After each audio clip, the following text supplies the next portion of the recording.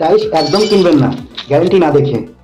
প্রথমে দেখবেন colour, white না হলে গ্রে টাইলস একদম সঠিক হবে। মার্কেটে আইভরি টাইলস খুব চলছে। টাইলস অ্যাডিসিভ অবশ্যই কিনে নেবেন। জয়েন্টের জন্য অ্যাপক্সি গ্রাউট।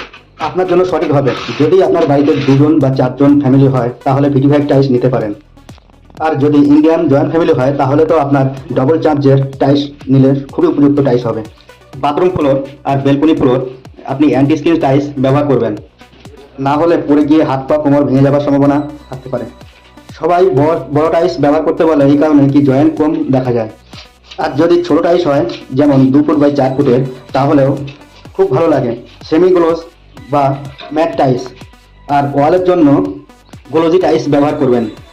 থিকনেস অবশ্যই দেখে কিনবেন। পার্কিংয়ের জন্য 12 mm টাইলস। ফ্লোরের জন্য 9 থেকে 12 mm টাইলস খুব ভালো।